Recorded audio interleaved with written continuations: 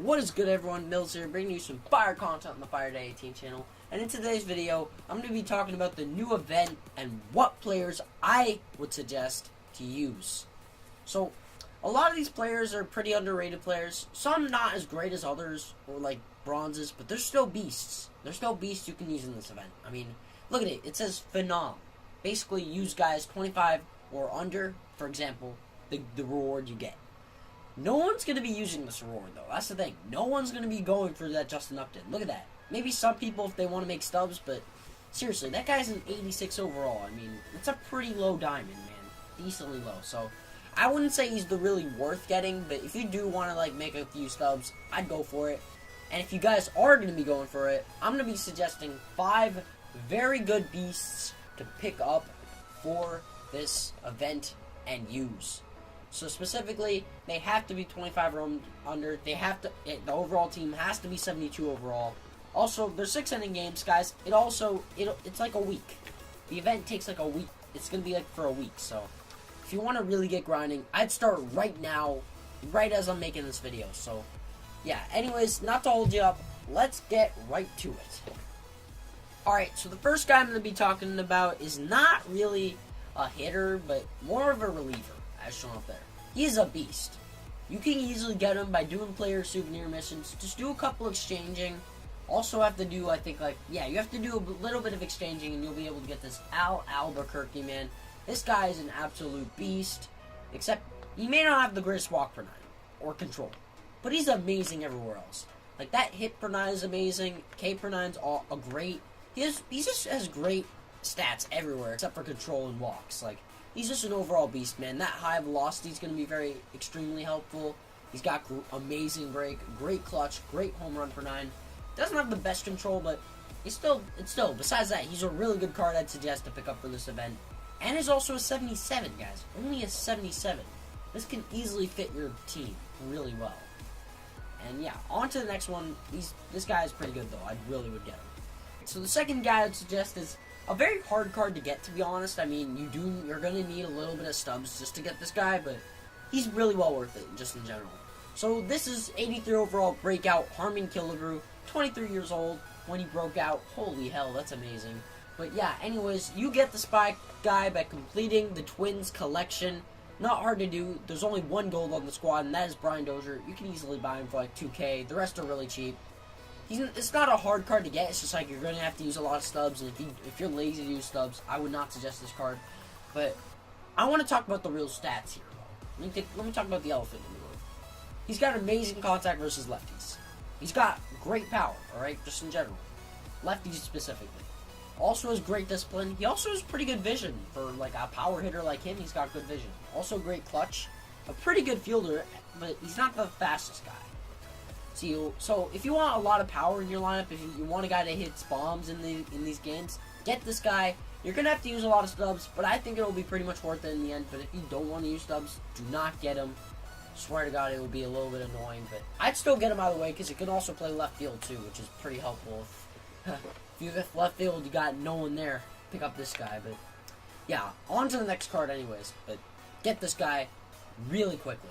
He's really good. Alright, so the next card I'm suggesting here is actually a much easier one to get. Austin Jackson 81 breakout. Really nice card just in general. Look up there. Silver hitting, okay, but that gold fielding is also really good. So he's a really good contact hitter. He doesn't have the greatest power, of course, as you know, guys. Austin Jackson's not known for hitting bombs, but he is a great hitter overall. He is a great fielder too, man. Like, that fielding is really strong. He's also got a really good arm as well, so if you want a center fielder that can easily throw home and try to get outs, this is the man for you exactly. He's also got really good speed, but not the best stealing. I'd still use him, though, just to steal some bases later on in the game, but still. I recommend this guy as a leadoff man. He's just an overall really good player in general. I also have used this guy in the past as well. He hits 5.26 for me with 5.26 OBP, 9.47 slugging, 1.474 OPS, but that may have all been the CPU games, so that's a little bit of a rate. But this guy's still a really good card out of the way. Still really would suggest him. So go pick him up right now while you can. He's pretty cheap. Just exchange a couple items and you'll be able to get this Austin Jackson from the programs. So yes, on to the next card, which is a beast, by the way. This card is an absolute monster, the next one that I'm going to be talking about here. Alright, so the fourth card I'm going to be suggesting here is a pretty big no-brainer. Hall de Jong. A lot of people use this guy in events. Look at that hitting, though. That's very, very self-explanatory right there. Amazing everywhere. Good contact, good power. He's just an all-around great hitter, but he doesn't have the greatest vision or discipline, which is kind of a big bummer for this guy. But he's still a really good card to use. Pretty versatile, also when it comes to fielding positions, first, second, and third. Man, like he can play almost anywhere in the infield. So pick up this guy if you need a guy for first, second, or third. If you don't want to put him at shortstop, and you already have like Gold Hanley or something. He's also got pretty good fielding and okay speed. Like it's pretty good enough at least that you can kind of steal them. And yeah, this guy would be the guy I would most recommend to get because he's just an overall monster hitting everywhere. He's going to be a little expensive, but if you do have him, put this guy in your lineup.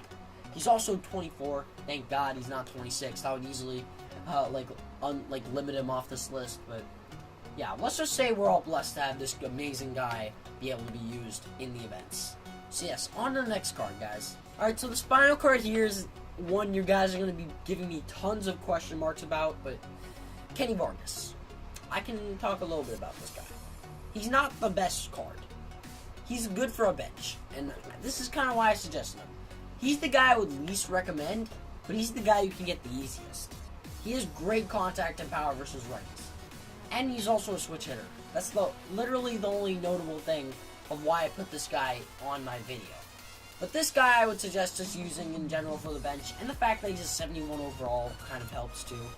I mean, he's not the best guy in the world, but at least he can switch it, and at least he can hit really good against righties. So if you're going to need to have a clutch situation where you need to hit a walk-off bomb and he's using like a righty pitcher, this is really the guy I would select. But overall, this is the guy I would really least recommend on the list. So I would not really go with this guy, but if you guys do want to and you want to get some good power versus righties or have great pop, pick up this guy immediately. He's really cheap to get. Just do those player souvenirs like I've said earlier with Austin Jackson.